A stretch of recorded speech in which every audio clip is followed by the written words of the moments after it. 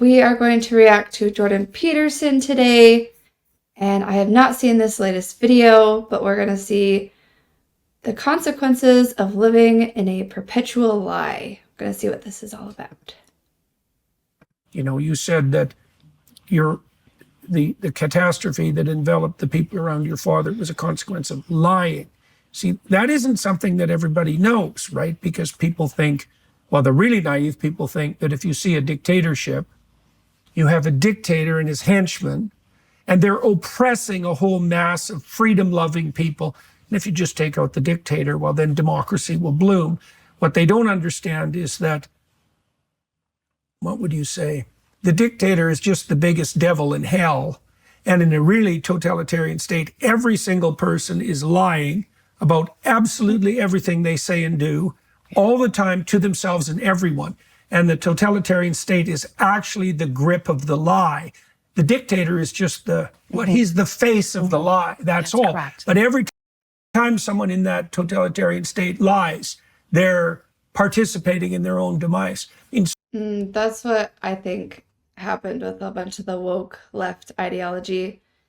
Everyone was like lying about just basic truth, right?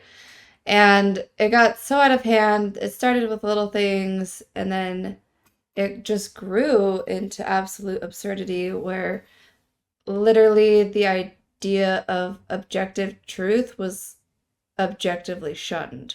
Do you know what I mean? So I like where the culture is going right now, where we're getting back to truth. So yeah, I think he's totally right.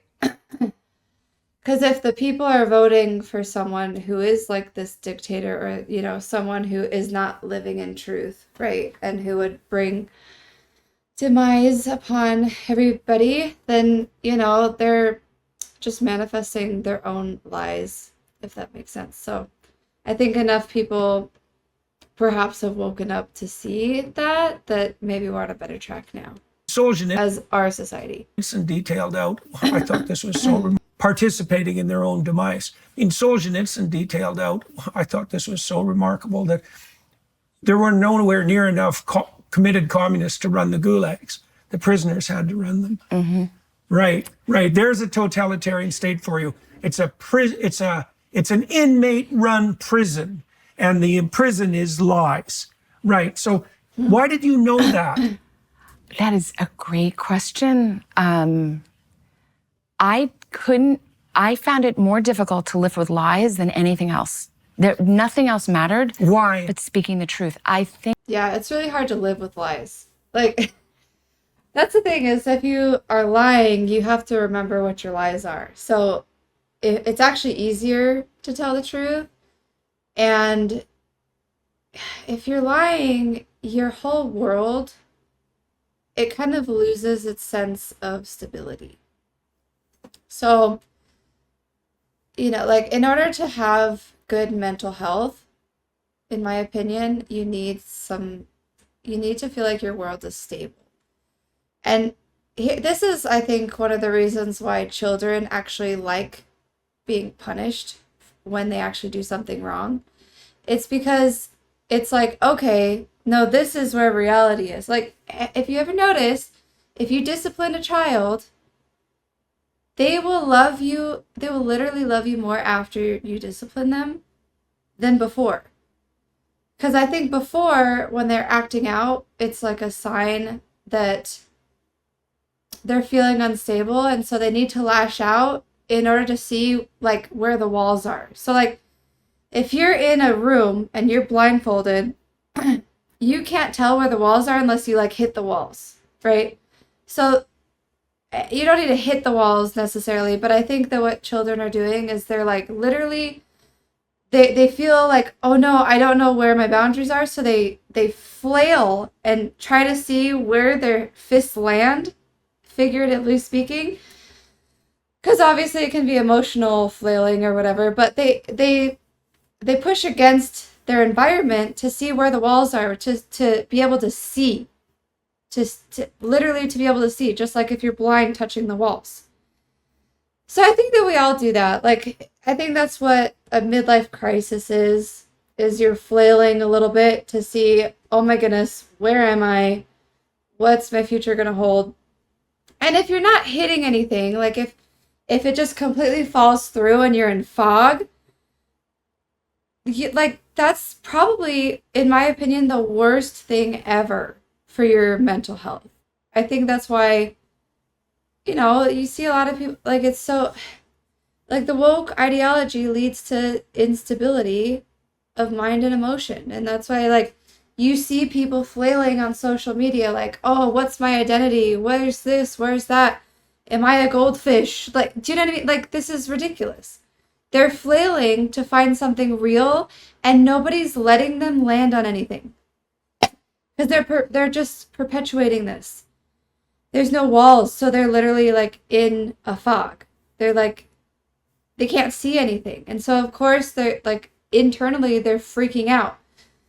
I think that people and children who are raised with objective truth and then they have punishment and they have discipline to keep them in that objective truth, then they have eyes to see and they can objectively tell what's around them. So I think that's a huge value in objective truth is it allows you to not be actually blind, which is kind of interesting that my analogy went that way is just because in the scriptures it says if you have eyes to see and ears to hear, you can't see anything unless you push against your surroundings, so to speak, unless you test it. Even psychologically, you have to test it to see objectively where you are. So therefore, you can be stable and you can know what direction to go in. If you know where north is, where south, east, and west is, then you're not lost anymore and you can actually reach your destination. If you're flailing, who knows where you're going to end up? That's literally in the scriptures when they say that you're tossed around by the waves of the sea. That's what that is because you can't see anything when you lie to yourself, when you live in lies, when you don't and then you're doing that to your children when you're not disciplining them. You're making them live in the waves of the sea. And that's why there's such a thing as spoiled brats, because they keep flailing because they can't see anything, and you're letting them do that, and you're perpetuating, oh yeah, you're this, you're that, whatever you feel like you are, you are.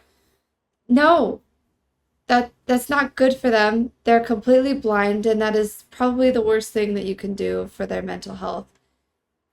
Like they're just, yeah, because their flailing's not amounting to anything, and so you lead them down to destruction, literally, or mutilation, or whatever they do. Hopefully it doesn't get to that point and somebody steps up, but like you're letting your kid just walk blindfolded and they're going to fall off a cliff somewhere. Like, don't do that. That's why in my opinion, that's why truth is so important. And I am interested to see what they have to say about that further. I think living in lies is sucks your soul, sucks your energy. You're depressed.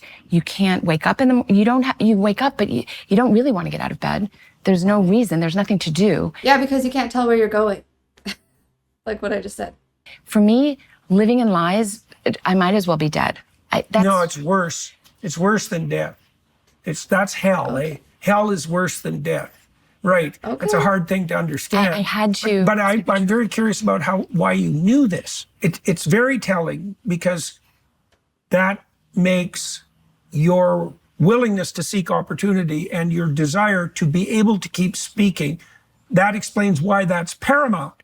Now, the reason I'm making a case of that is because, well, I don't know how many physicians leapt to your side, but I've seen how many psychologists in Canada have leapt to mine, and it's basically zero, right? Zero is a very low number. And so even though... Yes, that is a very low number. What has been done to me, although not particularly successfully yet, could easily be done to psychologists, and they're all being compelled to lie in Canada, as are the physicians, but people won't speak up. So now you did, and you wanted to, and you put that before even your... I want to interject here because I'm just like, okay, if you're a physician, okay, like you actually are practicing medicine and you're a psychologist, and let's say you're doing this. It's one thing to do this to your child. It's pretty obvious. Like if you're doing this to a client and you're literally perpetuating lies, you're allowing them to live in lies. Let's say you know that this is all BS and that, deep in your heart, but because you don't want to lose your job or whatever, you choose to do this, okay? What happens to you when you see your clients sinking further and further into despair or whatever? They're becoming more chaotic. They're becoming less structured. Like, you may be able to give them some, like, let them hit walls or some barriers or boundaries on other topics, but like these major wokeness covers most major things in life though. So I feel like that would just, like, you're literally gonna watch your clients go down to hell like he's talking about, or just go into their own destruction. I can't imagine that would make you feel good if you're literally doing this to people. You're not true to yourself, you're not true to your clients. Like, I've seen, there's this video on YouTube that's this Asian neurosurgeon who realized that what he was doing was just a Band-Aid. And he has this whole, like, I don't know if you'd call it a confession on this, but just like a whole thing telling his story. And he talks about that. He was not fulfilled by it anymore, and it was just eating him alive because of what he found out to be true. And like, I guess that's why they call it like selling your soul. Like, it eats your soul. Like, it's eating you alive. So like, that can't be good for you or the client. Yeah, it's just a bad idea all around. Like, I don't. So yeah, I can see why he's saying it's worse than death. Because if you're secure in yourself and you know you're doing right by you and you're living in truth, you're grounded. Because again, you can see, because you've been testing and you're living in the truth and you're acting in truth. So you're like, whatever the consequences are probably good. Right? So like the scriptures say, by their fruits you shall know them. Okay? If you're a good person, you're going to do good things. If you're doing bad things, it means that you're going down a bad path and becoming a bad person, potentially. Even if at first you don't think that that's what it is and that's not your intention, you become that over time. And then that's why people are just like, who am I? And they look at themselves in the mirror and they're like, what's going on? You know what I mean? And then they don't like who they're becoming or whatever. It's like a slow process. So you have to be careful about what you're doing. Like, because your actions affect your soul. And you'll start to believe your own lies. Do you know what I mean? Like, so yeah, living in truth. So here's the thing. If you're doing what you know to be true, and it's good fruits, you know that whatever comes out of that, come what may, is going to be for your good. You know what I mean? Even if it's like you get something negative, then like even if you die, even if you do the right thing and you die, okay, then you're right with your soul, which is why I think he's saying it's worse than death. Because if you die when your soul is right with yourself, that's not bad. Like, you can like settle with that. You can be okay with that. You're just like, you know what? I'm doing the right thing. Like, you feel like your life is worth something. Like, it's like there's purpose even in your death. Do you know what I mean?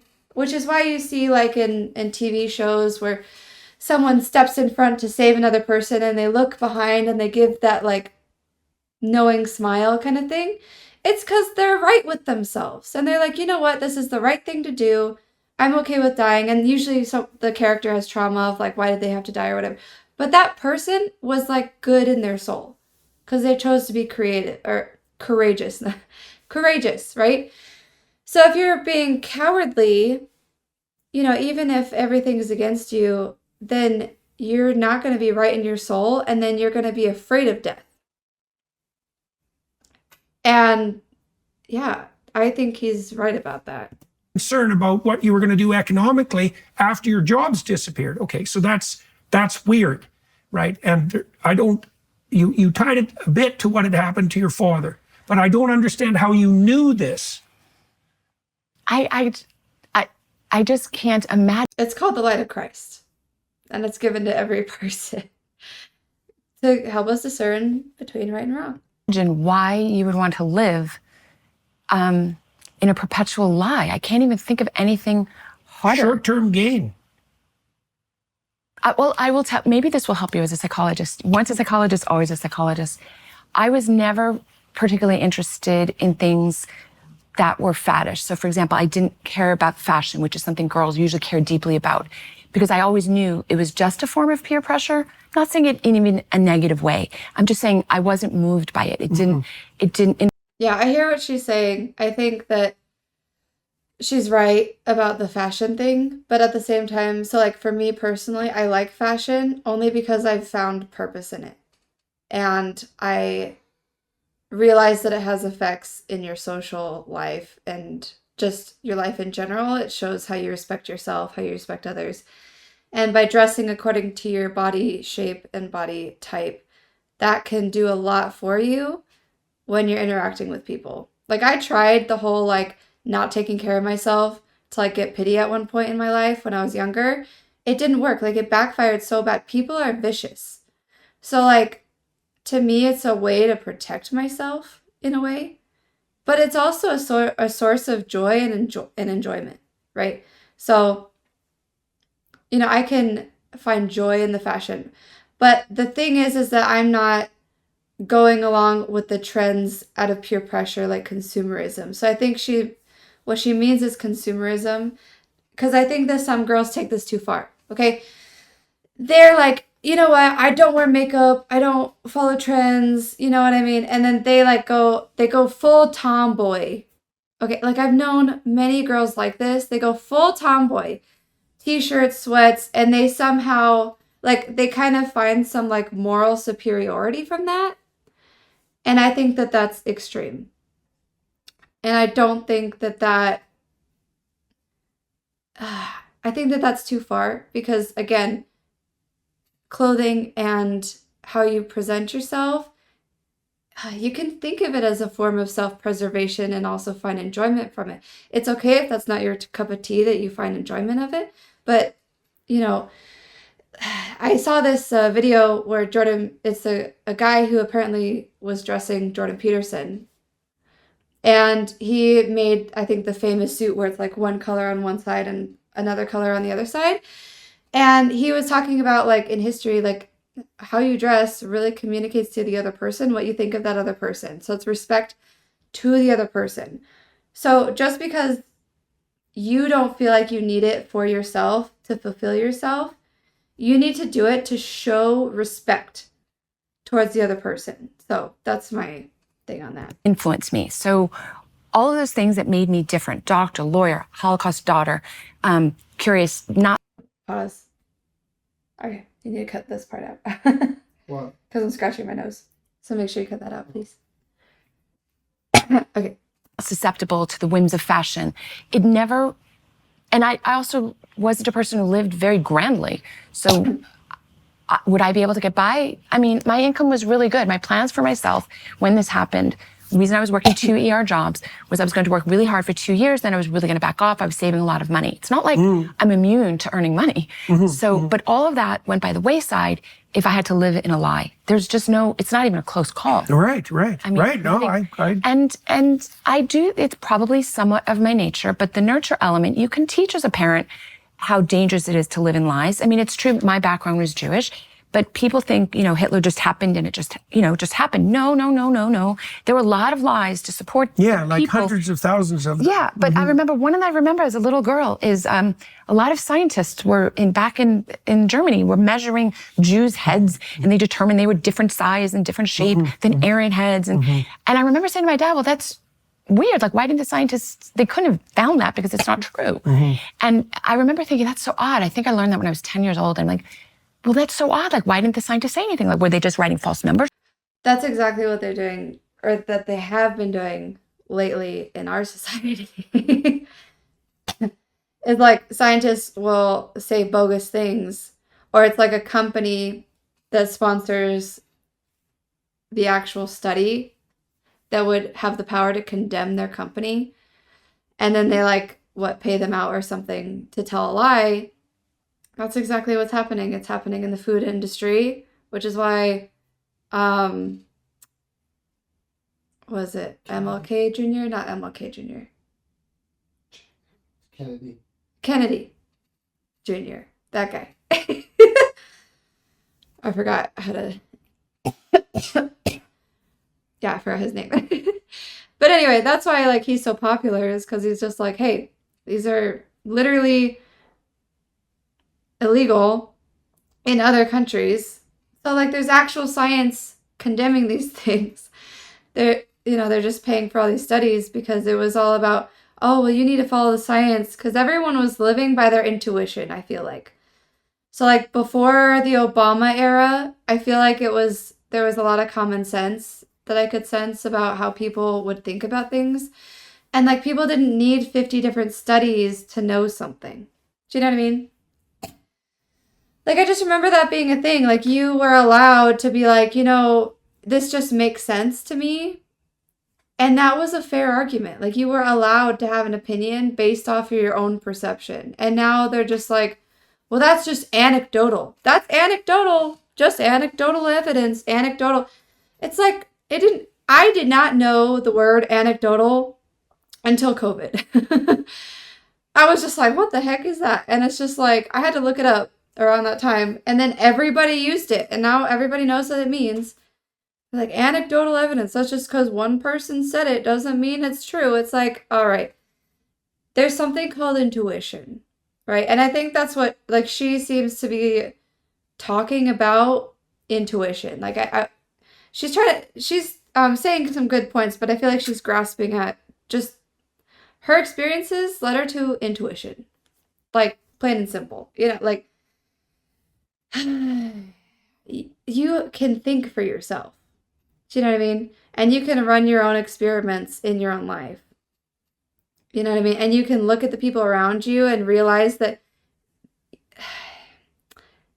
you can see the different results that different people get in different circumstances and come to your own conclusions. I think that, see, here's the dangerous thing now that I've been seeing is that they pushed so hard for lies in like the whole science thing. Like I guess the Nazis did, I don't know, but that's what she's saying is, or that there's maybe saying is that the Nazis would have these bogus studies to try to make the Jews the other, right? Well, nowadays they have all these bogus studies that they keep flip-flopping on it, hoping that people are going to forget that they said something different, right? Hoping that people are going to be, that they're not going to open their eyes, that they're just going to believe anything. But anyway, they push so hard on, oh, believe the science, and then they go bogus on you, like, oh, you can't actually define anything, and that's science. It's like, okay, but I took high school science, and that's literally the opposite of how it works. It's called a hypothesis, and you can prove your hypothesis, but then some other scientist can come along with a better experience or experiment and like disprove or maybe expand on that hypothesis, and that's science, right? Like no one's saying that it's absolute just because one guy studied it, and yet that's what they're trying to make us believe, is that it's absolute because they spend a lot of money, and there's all these studies of they paid off all these scientists, whatever. Do you know what I mean? And so now the problem is that the pendulum is swinging, and we have more superstition, and we have more, just not listening to any science at all.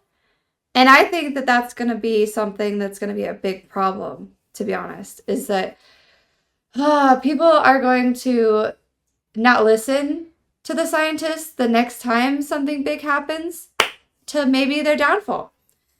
Because what if something comes along and it's actually legit and they do like a genuine study on it or whatever, and it could save a bunch of lives,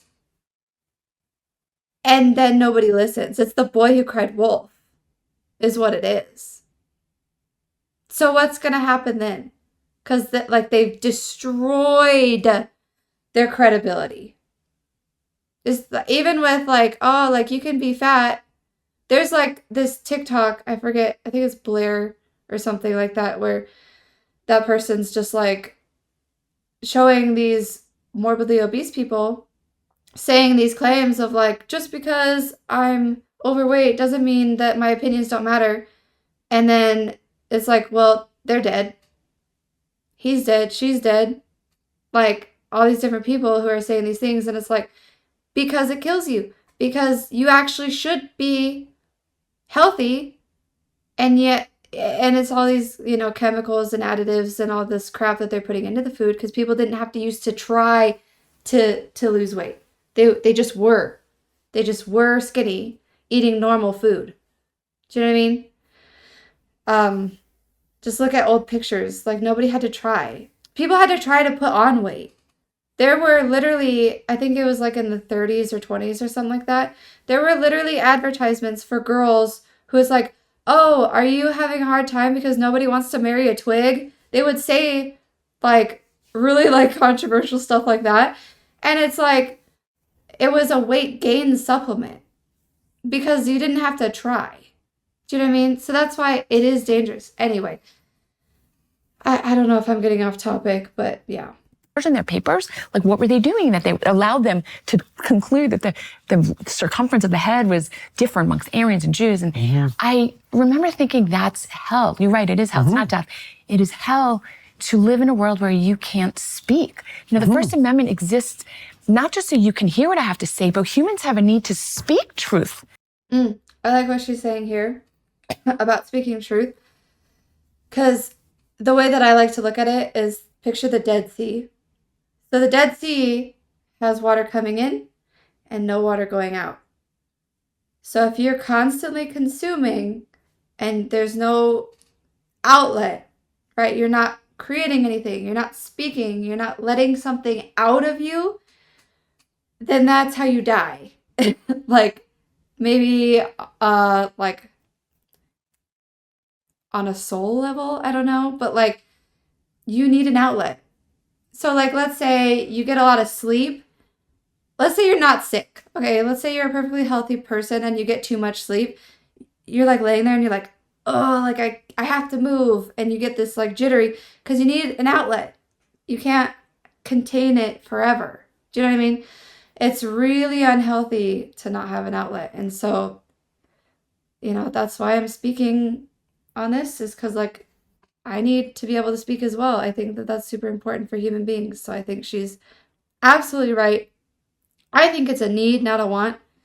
I think that learning when to speak appropriately is good as well, so that you're not a Karen, so to speak. But yeah, like you need an outlet. And it could also be doing something, making something, whatever speaks to you as far as like what you feel called to produce.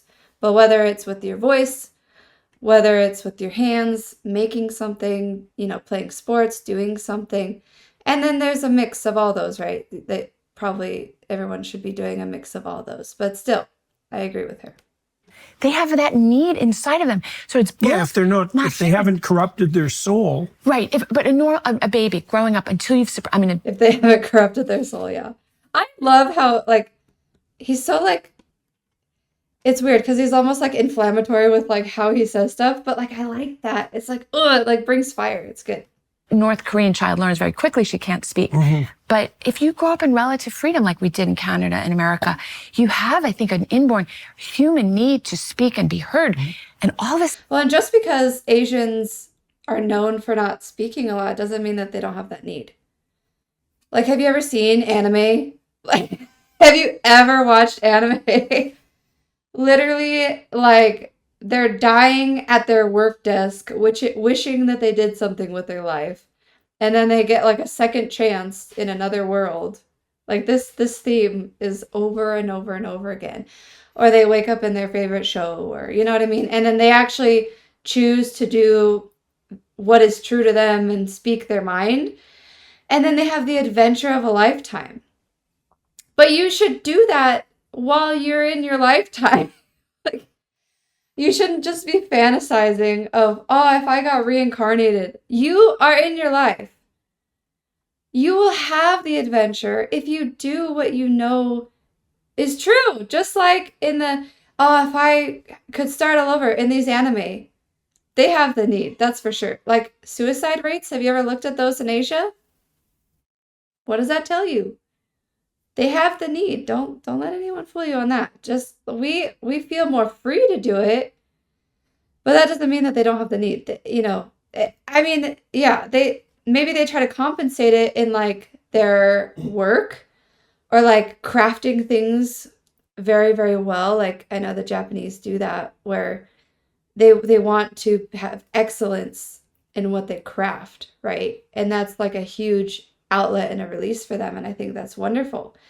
I wonder if that could be an overcompensation for their lack of being able to speak, because throughout history it's been pounded into their bloodline to conform or die.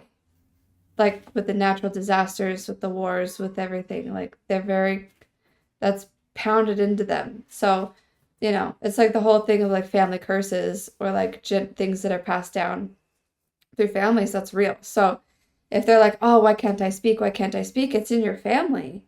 I've had things in my family like that. And same with my husband. They exist.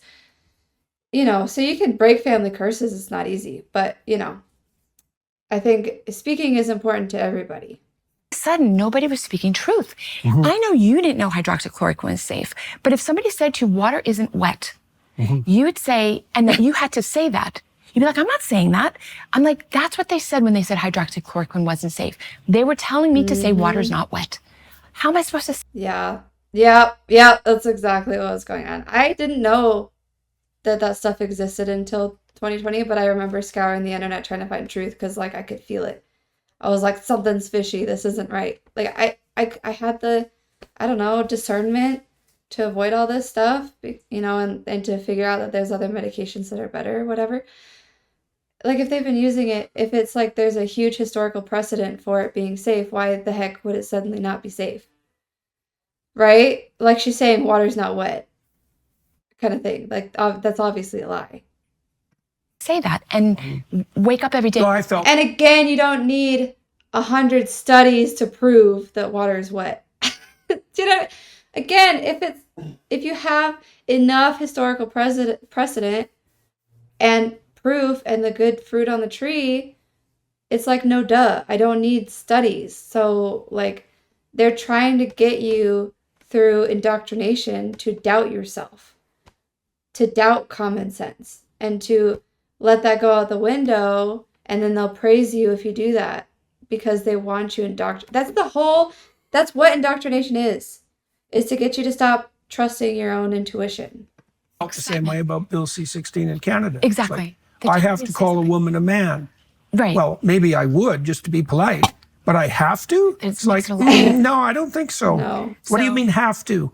Exactly. And then for me, mine was slightly different in the sense that mine was just like a specific fact that I Yeah, knew yeah. that maybe not everybody knew. Well, and that's like putting into law that you have to destroy yourself. Like, that's so nefarious and so evil to compel speech like that. It's like, you have to think, like, these people are not dumb who are these evil people, right? Like, they know. They know. This is ancient knowledge, speaking truth. You know what I mean? Like, if they can get you to speak lies, then they know that they have a foothold. Like, that they know they can start to break you down. Do you know what I mean? Like, they know. It's on purpose. And if it's not on purpose, they're the ones who are fooled by someone who does know. But all the doctors knew hydroxychloroquine was safe until media told them otherwise. So this nifty trick they did, they're safe and effective. So if the media and the journals had just said, oh, it's not effective. Right. Maybe I would have fallen for it. I don't think so, but maybe. But when they started saying it wasn't safe, when we've had it for 70 years, when there's a government database called FAERS, the FDA Adverse Events Reporting System, which keeps track of all side effects of drugs. And hydroxychloroquine is much safer than Tylenol in that database. Wow, much safer than Tylenol. See, I didn't even know that. I gotta look into that then, I guess, because I've never had it personally. But again, it's the whole thing of like enough historical precedent. You have the data, you have all this. It, it's like no duh. And they try to make you blind. This is the whole point. If you have eyes to see or ears to hear, oh, you just have like you have the eyes. You just have to choose to see. They started saying it's not safe. I knew that Right, this is right. the big lie. And I just knew that it's soul crushing. I didn't want to live with a lie. Yeah. Okay. Okay. It's So now intrinsic you to me. turn you're developing a career as a public speaker. Now you have you have some financial backing. Yeah. So you're a little more solid. What happens? So we formed a formal nonprofit, and people started flooding me. I couldn't keep up. I had to start hiring people, but I had not enough money to hire people. I was having tons of volunteers. And then And this is happening over what span of time? Oh my Like gosh. months? I'm telling you, instantly. Yeah, I yeah. spoke July 27th. I was fired. August, I spoke at Daystar. I'm saying by November, I had that foundational check of 170 something. Wow. So that just shows how much of a need it is to be able to speak. I have to have some like serious respect for this woman if she was like speaking out during that time. 'Cause not everybody can. Not everyone's in the situation to speak out at that specific time. We all have seasons in our lives where we can, and some people are not able to at a given time. I'm finally in my life in a stage of my life where I can, but like I wasn't at that time. Like that's although I did make the right choices, like it's people like her that give the rest of us hope. Which is why she was so high in demand. Like you're solving a problem and a need of these people. It's like they say in marketing that people make decisions very much so on their emotions. It's like, well, they were very much making decisions to call her and hire her because emotionally they also needed that. Like that's just wow. Kudos to her. $1,000. But I didn't really have enough money. I had like one person work for me, two people, and I had a bunch of volunteers. And then they started coming out with the shots. And I knew my lane. Kicking and screaming was dragged into my lane, which is my lane was to stop mandates. I didn't even care so much about the average person who wanted to take medicine or didn't want to take medicine, or even the average person that wanted to take the shots or didn't want to take the shots. I cared about everyone being lied to, so they're making bad decisions. But I really cared about making sure mandates never became the law of the land, because mandates would have survived COVID. Mandates would have become show me your passport Jew. Yeah. 100%. Oh, yeah, 100%. Like, it's a rare day when government gives up any power that it gained. It's 2025, and how many of those COVID things did Biden actually roll back? I don't know. Like, it's a slippery slope for sure. I think she's absolutely right. That hits home so hard. Yeah. It goes from like HIPAA of you're not allowed to ask me my medical thing. It's my choice. And it's so ironic because of the whole my body, my choice thing. Because they've perverted it, right? They're like, my body, my choice. But that whole thing is built around someone else's body that now I have to deal with. And is that your choice of like someone else's life? But at the same time, they're like, oh, but because everybody else could get sick, oh, you must hate your grandma. It's not your choice because it affects all of us. Like, make that make sense. So you're like, that is the most hypocritical thing ever. You're like, because it affects somebody else, you have to do this. Okay, then what about the my body, my choice thing that you're talking about, where it's someone else is being affected? Do you see what I'm saying? Like the double standards are so extreme. So extreme. And not that it doesn't affect you, just like, the vaccines that they're talking about, obviously they affect you. And in this case, in a pretty bad way. which is again why I love what she's talking about, because she values personal choice and she has faith that people can make their own decisions, that there's such thing as common sense, that there's such thing as people having agency. And agency means that you can choose the path you go down, but that does not mean you get to choose the consequences of that path. Because you're supposed to see with eyes to see, you're flailing and you see the walls and you make your best decision. But you make it based on what you want your consequences to be. You're supposed to make decisions with the end in mind, right? Too many people are like, oh, but I just want to do what I want to do, but I want to make as much money, or I want to have the lifestyle, or I want to get the rewards that different choices would give me. It's like, no, like that's not true. And oh my gosh, that is not the way you make decisions. Which they kind of did in some nations. Show me your vaccine passport. They did. And if I would go to my death stopping a passport, a social credit score system in America, or I will die trying. That was my mission. So much respect for her. Wow, who is this woman? I've never heard of her before. I need to look her up. This is awesome. And I say that because everyone wanted me to provide hydroxychloroquine to the world. I mean, we got thousands and thousands of emails to my nonprofit asking how they can get the medicine. So for 2 years, that was the question. So at that moment, around December or November 21, I had to decide, would I go and find a way to give medicines to people, because I only have 4 hours in a day, or would I work to prevent mandates from... See, she's making a decision based on the results she wants. Exactly like I just said. This woman is smart, this woman is logical, and this woman has a very good sense of truth. And wow, I like her a lot. From becoming the law. And it wasn't even a question for me. This was my lane. It wasn't the medicine and the science. Whatever, how bad this was temporary. This was permanent. Are we losing our constitutional freedoms?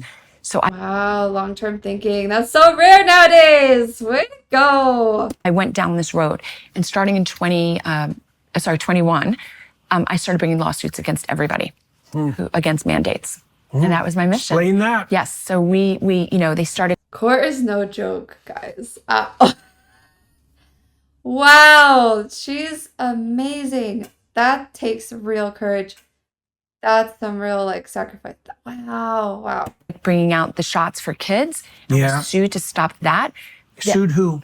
That specific lawsuit was probably the CDC. I've brought so many, it's hard to recall. That was our very first one in May of 21. Yeah, and what possible justification There's was none. for that? I'm still bitter. Well, one of the, part of the reason I presume that you were so terrified of the mandates, apart from the sociological effects that you described, is that enforced medical treatment, well, first of all, that violates the Geneva Convention in a major way, and for good reason. But it's worse than that, and we haven't seen this all play out yet.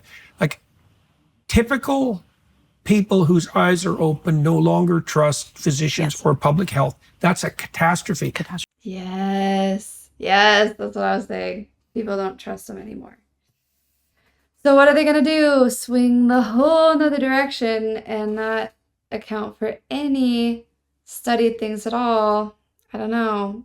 Again, it's hard to build reputation. You should not do that. Because it means, to the degree that that was a viable enterprise, which was quite substantive for quite a long time, that's all that trust has to be reestablished. And I suspect it probably won't be, because... Yes. And so I have no idea what the consequence of that's going to be. I'm so glad you mentioned that. So there's so much to say here. Public Health 101 says you don't inoculate in the middle of a respiratory pandemic. Public Health 101 never held that you inoculate everybody. It was always the high-risk group, and you let it kind of travel through the society, and the lower-risk group, like the kids, kind of spread it, and then grandma, maybe you inoculate grandma. Everything was thrown out the window. And so the trust should be lost from the public health, because they completely sold out the public. Right. They completely sold out Well, the and we public. don't even know how bad yet. Oh, it's... I think trust in doctors went from 70 or 80% to 40%. And I think that that's completely appropriate. So I agree.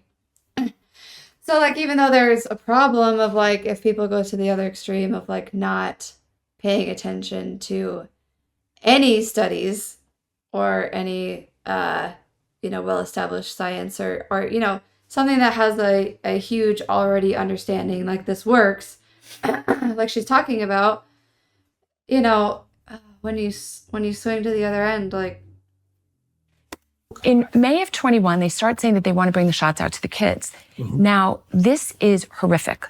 Why? Because kids were not dying from SARS. In fact, by the CDC's own numbers, children. Well, it still says on your Wikipedia page that you're spreading misinformation about the fact that children don't die from COVID. what? Oh my gosh, there's still remnants. And yet they don't. And They that's very well established. Very well established. What, it's as risky for a child as the typical cold, I presume. It's something, correct. those are basically the numbers. And what the average person. See, and this makes sense. It just makes sense. Like, come on. Like, it just makes sense. Oh, anything else is like fear mongering. Do you know what I mean? Like, who died from COVID had like 5 major comorbidities and was older than the average age Life of expectancy. death. So Right. Jesus. Right. Brutal. They had an average of 4 comorbidities, and it was like 77. Age of longevity was like 76. Yeah. It was criminal, and it was very. yeah, I think like they overreacted. They should have just done maybe the people who are at high risk. So, like, in general, like, yeah, like you need to make your own decision and do your own risk analysis. So if you are in the high risk group, don't go out. Like do things that would maybe protect you. Don't like go shake everybody's hands or, kiss everybody, whatever. Duh, right? Like make your own risk assessment. But like so for me, it was us, so our young family and small kids. We were in no way part of the risk group, and so we made our own assessment. My thing is like if my concern is if something comes around that is way worse than COVID. AI is a thing now. So, apparently it's well established now that it was made in a lab, whatever. Like they have AI now. They didn't have AI in 2020. At least it was like a baby in 2020. Like they didn't have it. So now that they have AI and they want to make a biological weapon, if it's way worse this time, and now it's like the boy who cried wolf, and now nobody takes any precautions because they're like, oh, this is stupid. Now what? That's my question. Very criminal to do to the kids, and we were. Yeah, that was inexcusable. Why are they doing it to the kids? So that there's a whole financial motive, which is if you put it on the vaccine schedule, there's a lot of money involved, et cetera. But we fought that very hard, and I'm pretty proud because we brought that lawsuit in May of 21, and we had been told that they were probably going to release it right around May or June. So we worked really hard to get it out, and in fact, they didn't release the shots to the kids until a few months later. So I know we delayed it by a few months. Nonetheless, the moment they rolled it out, you asked why they did it. As soon as the shots were legally able to be given to kids, you then in America saw local jurisdictions that took the power from the parents and gave it to the kids. So if a kid wanted to get a shot, but the parents were awake and didn't want to get the shot. Oh my goodness. This reminds me of the scripture that says something along the lines of like, and the women and children will rule over them, something like that. Or like, the children will rule over them, stuff like that. And like, oh my gosh, what are we seeing? The extreme feminists and children trying to take power from the parents. But like, again, the reason why that's so backwards is because like the children are just brainwashed. Like, and when you're a child, I remember as a teenager, you don't think you're brainwashed. You think that you are seeing everything. You think that you're like awake to everything, but you're not. And why? Because the same reason why a toddler has to flail in order to figure out their surroundings, when you're a young adult and you go out into the world, you have to do another round of similar flailing, which is more like trial and error and like failing and stuff. You have to do more of that. You have to be testing your surroundings as an adolescent, or as a young adult, I mean, in order for you to get your bearings after you are no longer in your parents' house and after you're like say getting married or having your own kids, you have to, you have to flail to an extent. I don't know if that's the best way to describe it, but you're blindfolded. You have to do this. You have to act and to figure out your bearings, okay? You have to do another round of that when you leave the house. And as a teenager or as a young person, like a child, you have not gone through that second round of flailing. So the first round is to figure out your bearings within your own family. And if your family is unstable, then that creates, instability in yourself, because then that first round of flailing didn't give you anything that you can rely on. The second round of flailing is how to go on your own, and that will teach you a lot of stuff and affect how you end up voting. Especially when you have your own children, because you have these ideas of what parenting should be, and like, oh, I'll never do that, or I'll never do this. And then you have children and you're like, oh, and you like talk to your mom, it's like, oh, you know what? I get it. Mom, you did this, Dad, you did this. I still don't think you did everything right, but in this particular thing, even though I criticized you, you were practically a saint. Because it's hard. So just because like you can think as a teenager, you haven't done the second round of flailing yet to find your bearings. And so if you're advocating to make life-altering decisions for people when you're that young, you don't know what the consequences are of that yet, because you haven't lived in a way. Like there's so many videos on the internet of young adults being like, oh man, this is not what I thought it would be, or like quiet quitting, and like it's because when you're a teenager, you see the sales pitch. When you are an adult, you've bought the product, and now you're product testing. That's what I mean by the flailing. Like you're product testing what your institutions taught you or social media taught you what life was supposed to be like. So you're product testing, and then you're like, this product sucks. Or like whatever you think of it. Or maybe it's great because you had stable parents that taught you some really good stuff and they helped you get the right idea and see truth. So again, yeah. Them to have the shot. The kid was able to get the shot themselves. I think the age was 14 in certain local jurisdictions. That became very clear that this was Marxism, which is to take away the parental rights and give them to the state. The state was subbing in for the parents. Now, that's never happened in America. Yeah, and you don't know who this judge is. Like, you don't know.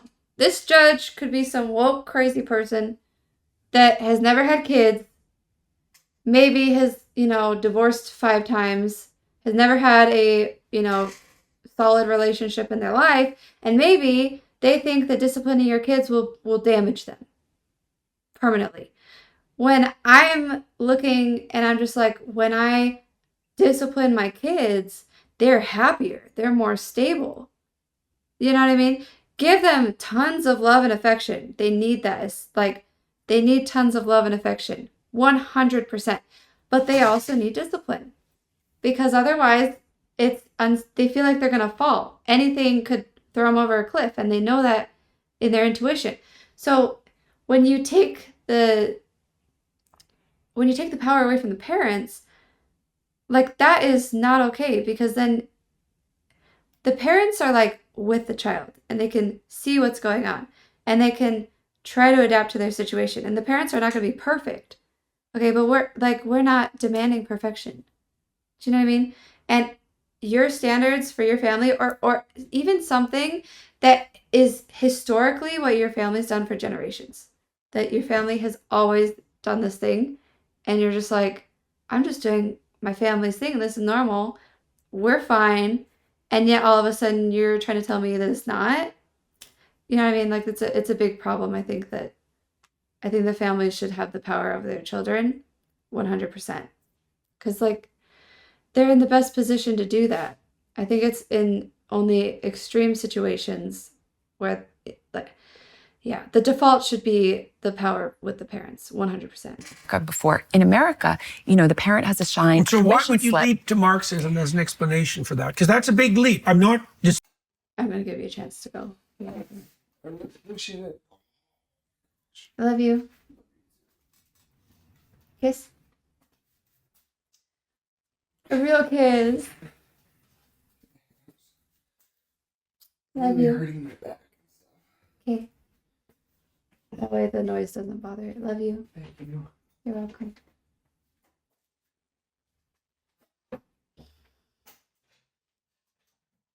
Disputing well, it, but it's a very fascism. big leap to Marxism as an explanation for that. Because that's a big leap. I'm not disputing it, but it's a very fascism, big leap. maybe not. I think of Marxism and fascism as the same. I would say that I was influenced a little bit by my father growing up in a communist nation. So in Russia, Okay. So in Russia, a child who went to school, they're 13 years old, might come home from school one day and tell their mom, "Oh, the dentist pulled 2 teeth today." In other words, No, what? They do that? That is not okay. the parent wasn't involved in the decision. Well, and the kids there were invited to inform on their parents too. And Right. it's part of classic Marxist doctrine that the familial structure should be decimated and that it's fine for, and the Russians made heroes of children who informed on their parents. So how? But Really? That's not okay. That's crazy. See, I think that a family should be empowered to have power.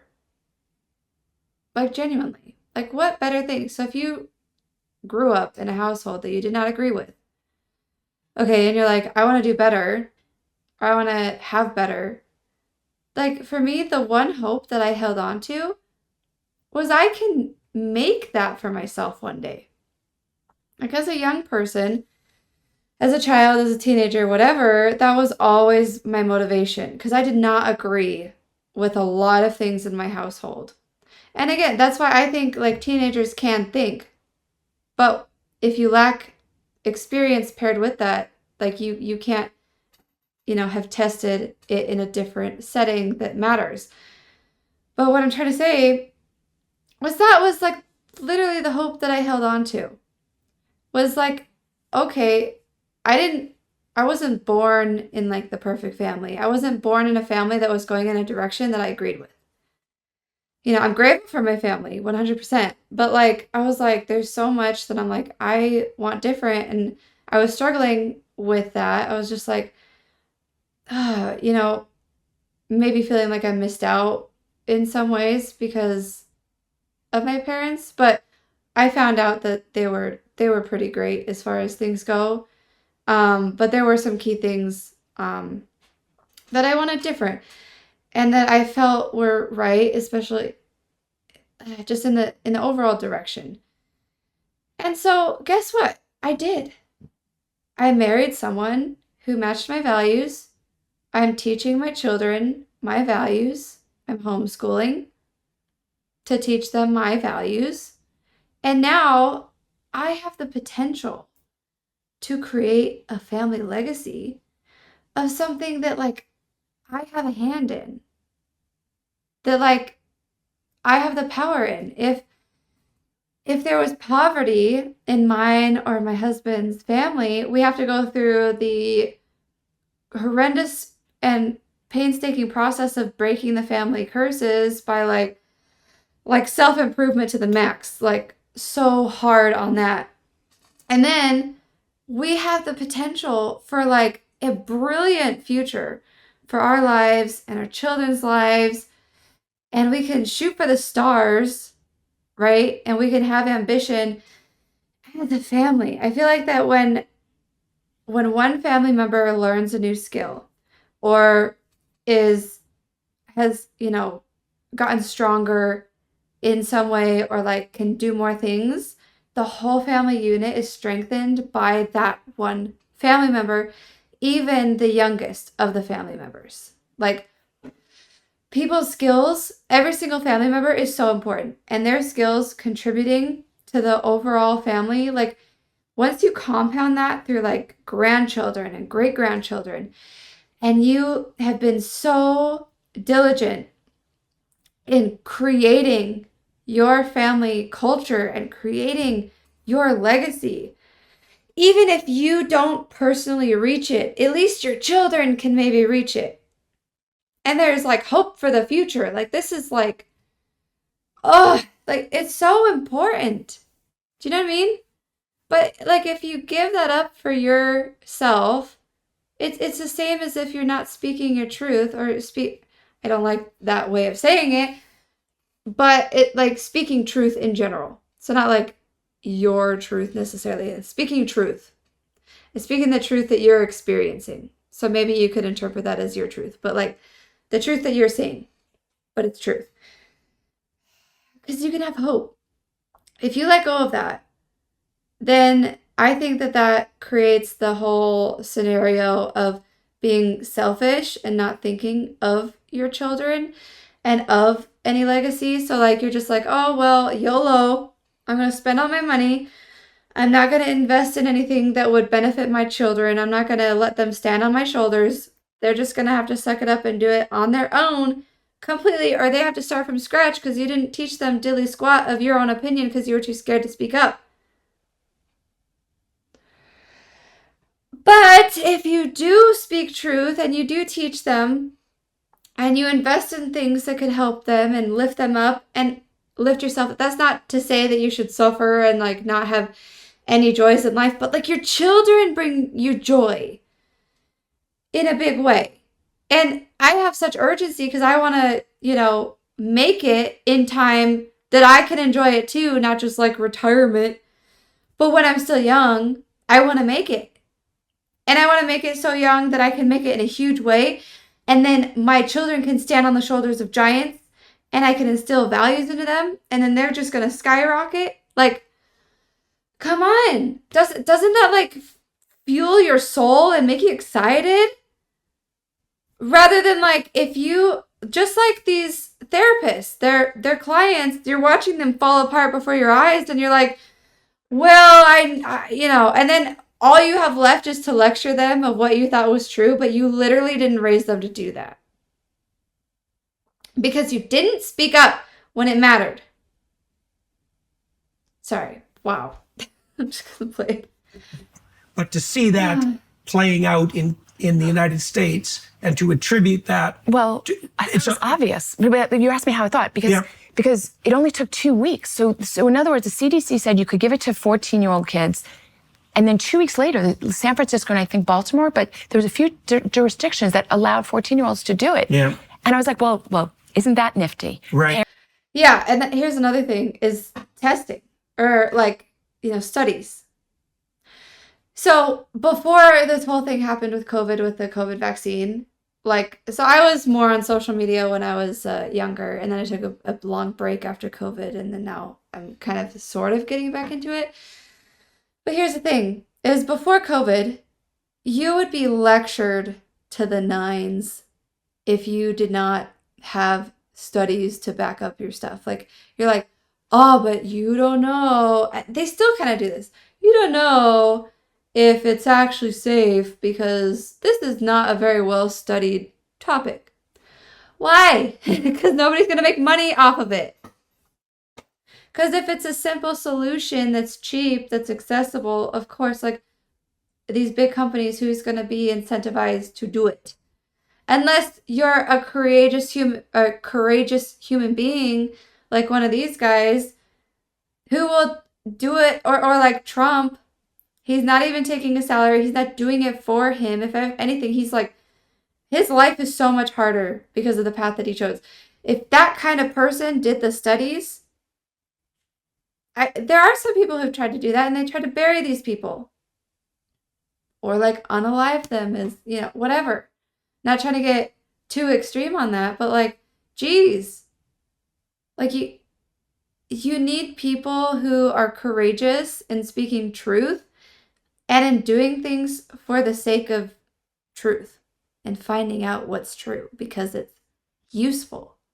I always told my husband and some different people, it's like, okay, Who is more powerful? Okay? A person who, I don't know, believes in hallucinations or not believes in, how do I say?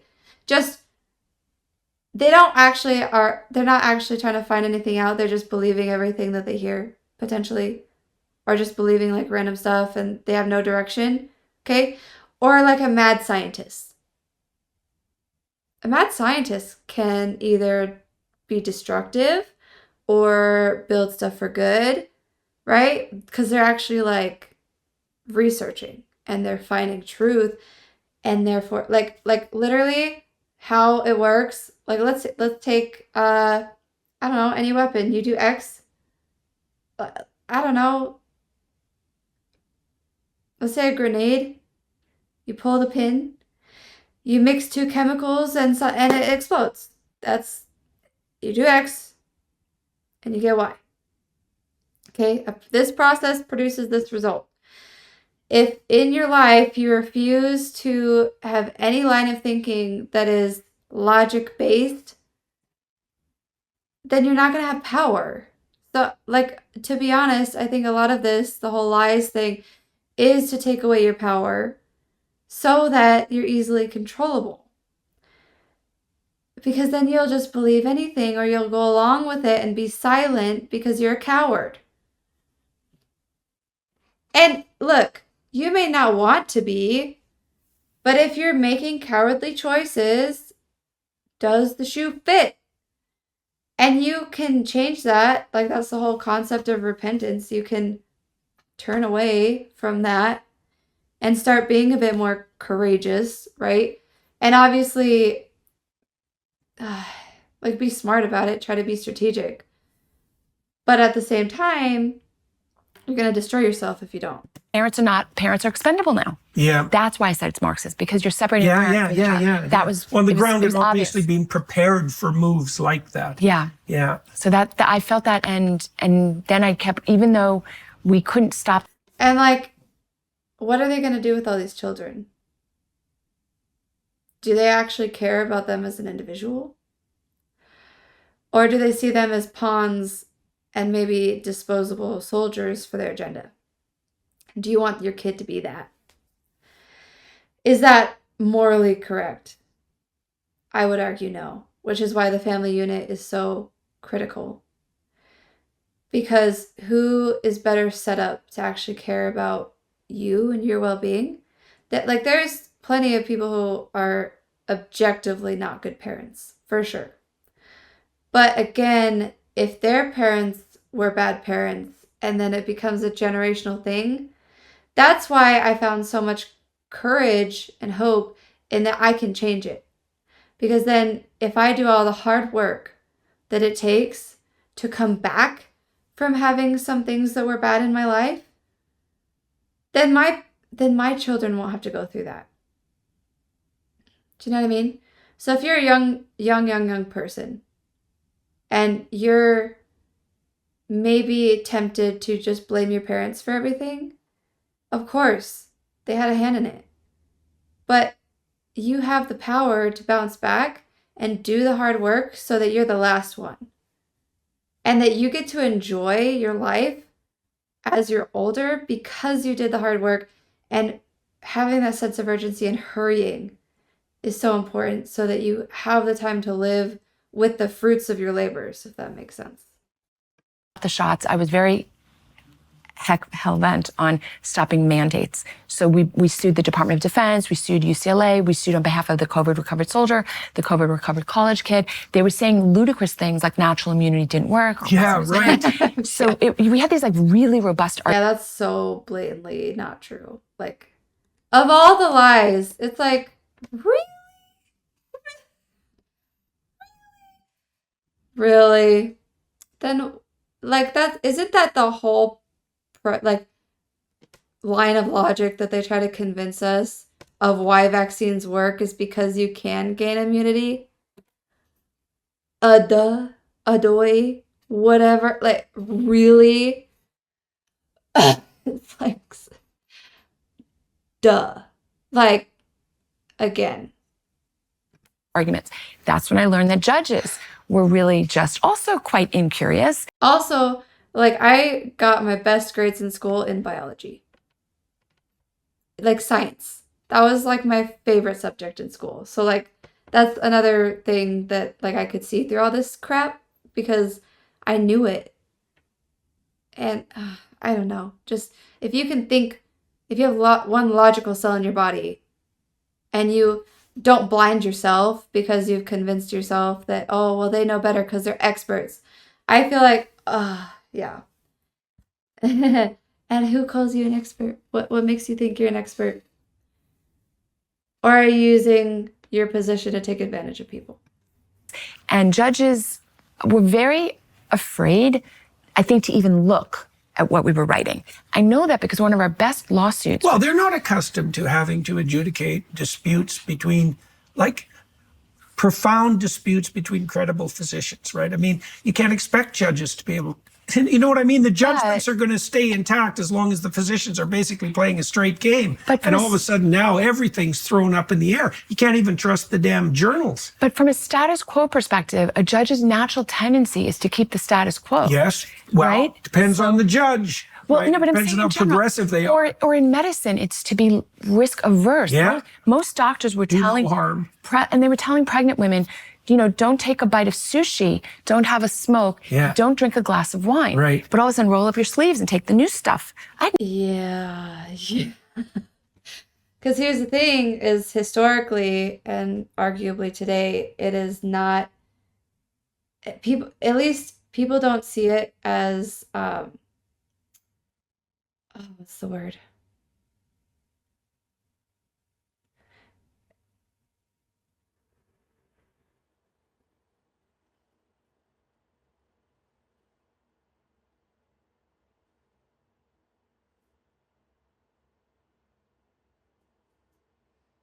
I don't know if immoral is the way to word it. It's not accepted. It's seen as like pretty bad to experiment on women and especially pregnant women, which is why it's so hard to get studies and to get, you know, evidence-based stuff. So yeah, a lot of the, like even today, a lot of stuff is like just what we have heard for years and years, and it's like, you know, like even birth control is from Crimes Against Humanity, from like Nazi Germany. For like, I don't think we'd have birth control if it wasn't for the experiments that they did. I don't think birth control is good for the human body. For women, it messes with hormones that shouldn't be messed with, and it does a lot of hormonal damage. I had to go through that, and I've had to go through a journey of fixing that. So, yeah. Never seen that in my career. You didn't have doctors saying that. It was bizarre. I thought it was like, you know, Invasion of the Body Snatchers. It made no sense. It was completely the opposite of how doctors usually acted. And then when we went to judges and we said, judges, look at these. We've got these world-class experts saying, whoa, halt. They were just not doing their job, in my opinion, and said they couldn't decide, they couldn't figure it out. So they deferred to the executive branch agencies. Well, how many of them were bought out too? I mean, it's a lot of what's going on right now. This is all relevant to being a doctor and a lawyer, because last summer, the Supreme Court has pulled away from the executive branch agency deferrals that judges acquiesced to. There was a very important case called In Loper Bright, where the Supreme Court reversed 40 or 50 years of judges just deferring to the executive branch agencies. It wasn't the NIH or the CDC, but other executive branch agencies. Judges had been given permission in their mind. Oh, you know, the executive branch agency, unelected bureaucrat, said to do this, I'm just going to do that. Well, that's what we were coming up against in COVID. We were asking the judges, in retrospect, here's these world-class, amazing physicians saying, whoa, halt. Isn't that interesting? Because we're just talking about being able to trust your own intuition and trust like your own sense of like what's right and wrong. And that is so interesting. So judges, like I like her perspective because this is a perspective I haven't thought before. And I think she makes a good point. Judges are literally put there and trained to at least try to judge right and wrong in a situation. And these unelected bureaucrats, as she's talking about, they are not trained to defer to the right and wrong thing. If anything, they're trained to go with where the incentives are. You know, it depends on how deep this rabbit hole goes, but like they're literally, oh man, that's crazy. That's like a parent deferring and letting someone else raise their child, which is why I homeschool, right? Don't be upset if you don't like the consequences. If you're literally letting someone else who is not in the proper position make decisions for you. Like, I understand if they don't feel qualified to make a certain decision, but at the same time, it's like, I think that you can apply, like she's talking about, that they didn't do their jobs. Because, look, you can think of this as a thought experiment.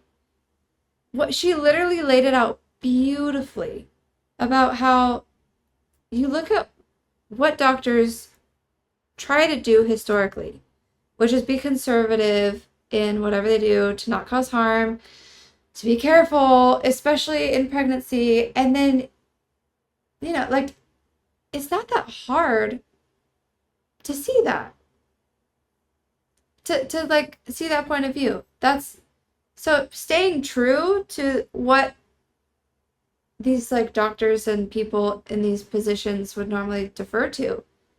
Staying true to that line of logic, I think that that's a pretty good basis to make a decision. It's like, okay, if it's pretty well accepted that if you rush something experimental, you could hurt a lot of people,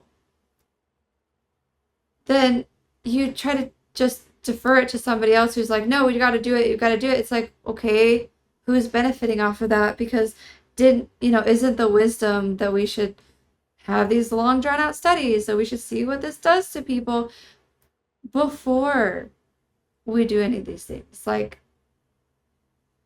do you know what I mean? Like, I think that you can use your logic, even if you are not yourself a doctor, or you yourself are not someone like, I don't know, an engineer or whatever. You can, I don't know, I would maybe say this is like basic principles. Like, you go down to like, I think they call it first principles of the thing, and you can discern, okay, based on this logic, that doesn't follow that logic. So therefore, do some studies, earn some trust, and then we'll talk about letting kids have this or letting anybody have this. If someone wants to take the risk because they're so scared out of their mind, let them be a part of the study if they want to be a part of the study. But don't force it on anybody else, or don't even roll it out to everybody else yet until we see what this does to people. Do you know what I mean? So just based on logic. You don't have to be a doctor to be able to think about this. You just use first principles and you think logically, and it can make sense. Again, believing your own intuition, thinking for yourself. Like, the line of logic is pretty simple. It's like, you just have to trust that you can make those kinds of decisions. You can. You have a brain. You may have been told that, because you don't have this many years of training or whatever, that you can't think, that you can't have an opinion. It's just anecdotal. You don't matter. Your opinion doesn't matter. That's not true. It's not true. Okay? And that's not to say that we make overarching changes to all of society based on one person's opinion, but you can make decisions about your own life based on your own opinion. Right? Again, having these things be drawn out in studies, I agree with. Get the data of multiple years of studies before you impose it on anybody. Okay? It makes sense. Again, like, you don't have to be a doctor or a lawyer to use your brain. You just have to practice. You're going to suck when you try to do something for the first time. If you're so out of practice thinking for yourself, you're going to have to try it for a while before you get good at it. Again, it's speaking truth, living in truth, despite consequences. Like, that's how you do it. That's how you gain confidence in yourself. That's how you can look yourself in the mirror and be grounded. I am not ashamed of myself. If you're ashamed of yourself, look in the mirror, see what you need to change, and take steps towards it. You have confidence in yourself when you take action towards what you know to be true, and you get results because you've flailed your product testing, and you're like, oh, well, that didn't work. Well, that didn't work. Okay, I try this. Oh, that's working. Go that direction. It's working. And then you're like, yeah, I did it. That's how you do it. That's how you think. But over here is the NIH and the CDC saying, give it. Yeah. And the judges were just deferring to Yeah, the agencies. Okay, but we have some hope in America because a few months ago, in June of 24, in Loper Bright Enterprises, the Supreme Court held that judges were giving too much deference to executive branch agencies, and that's unconstitutional, and they have to adjudicate fairly. They can't just say the unelected bureaucrats They can't pass are correct. They can't pass the buck. It's a very important legal decision. Yeah. Yeah, because even if the judge is doing it in good faith, these other people may not be. Or they have such a limited perspective. Like, they are not trained. They were not chosen. They were not elected based on people's, choosing who's going to represent them. So you don't know these people. You don't know their character. And if these people who you don't know their character, it's the same reason we don't want illegals crossing the border freely. You don't know who they are. How do you know what decisions they're going to make? And obviously, it's not turning out very well, is it? If these people are elected, that means that people have had a chance to look at this person or these elected people under a microscope to some extent. And they can use their intuition to help them choose, right? These other people, they don't, how do you say it? They're not accountable to anybody. Do you know what I mean? There's what's going to happen to them if they lie? Unless they get caught, they're going to get money in their pocket. They're going to, you know what I mean? Going to get a bigger house, whatever. You can't do that. I so agree with this. Okay. Does that make sense? Do you think that I think will it have an will. effect? I think it will change the landscape slowly going forward. I didn't understand that so much legally when I was bringing the lawsuits in 21 and 22, that part of the reason judges were so reluctant to believe independent physicians is that the judges had been trained, lulled into thinking their job was to just go with what the executive branch agency said. Yeah, I like that, because in the scriptures it talks about Satan leads you carefully down to hell, right? Being lulled into a sense of security and that you just trust everybody else and that you don't have confidence in your own decision making. Yeah. Wow. That was ripped up. Well, that'd be this convenient summer. if it was possible. Exactly. Yeah. But that's not our system. The judges are supposed to be independent. So that actually, it was called the Chevron Doctrine, and it was thrown out. And thank God it's been 50 years and it's been thrown out. So going forward, bringing lawsuits, the judges can no longer hide behind the FDA said this, or for example, the EPA said that, right? So that'll have effect there too. Environmental Protection Any agency, the judge has to adjudicate looking at the evidence, not just give the well, that's Supreme well Court timed. Well, see, I don't know the terms, but I guess adjudicate looking at the evidence. Yeah, no duh, look at the evidence. Duh. Again, wow. See, and I didn't know how the those big, I don't know, what'd she say, EPA, whatever it's called, the health organization, whatever. I didn't know how it held power. I was just like, huh? Like, how is it actually doing this? And that makes a lot of sense, what she's saying. And I'm just like, oh, okay. But yeah, it's because, like, you may be in a small role or what you think is a small role, or you're just like one person. But if you abdicate your responsibilities and you don't do what you know to be true, or you're not trusting your intuition in order to look at something objectively for yourself, and enough people do that, that's how people get taken advantage of, and now the whole power has been stripped away. Because every single person's, it matters. Even if you don't think that you're in a big role, your honesty matters and it makes a difference. And this is just, wow, it's just an example of how these small decisions bring about great calamity and great atrocious things. And for the new It was well timed. administration. Undue deference. He said they were giving undue deference. Wow, that was fantastic. I did not know what to expect from that. I thought maybe he was gonna reference some history and talk about like ancient wisdom and stuff, but they're bringing up pretty recent events. Man, I need to know who that lady is. I've never seen her before. Wow, I am pleasantly surprised. I'm very impressed. Wow, that was a breath of fresh air. I hope you enjoyed that. And if you like this content, let me know by liking and subscribing. Thanks. Have a good day.